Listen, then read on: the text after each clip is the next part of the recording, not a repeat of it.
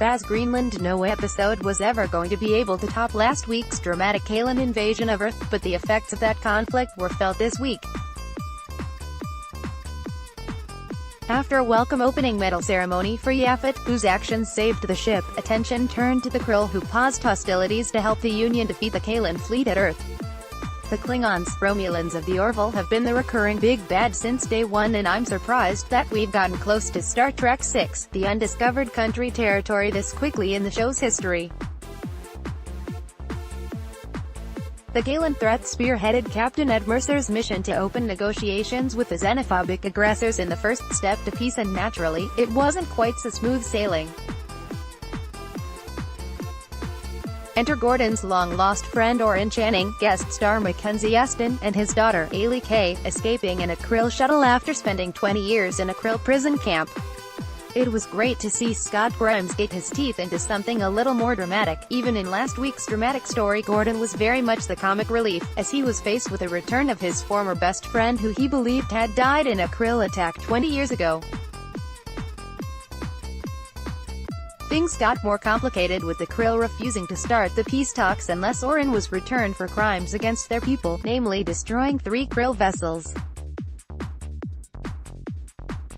The episode soon presented a moral quandary. Oren, a Union officer, had lost his wife in the attack and had spent 20 years a Krill prisoner with his traumatized daughter. He deserved sanctuary with his own people.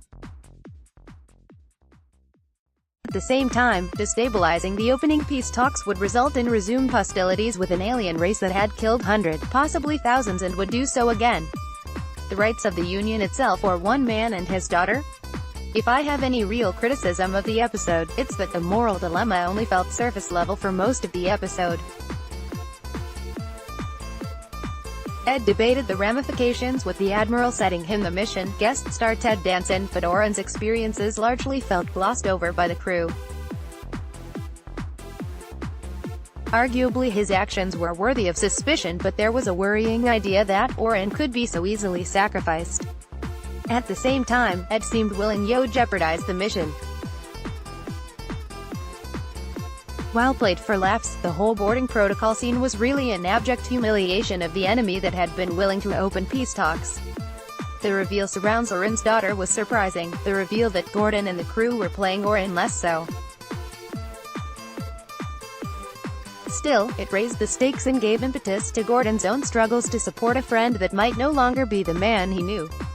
Grimes really sold the guilt over Gordon's own betrayal, leading to that intense standoff in the shuttle.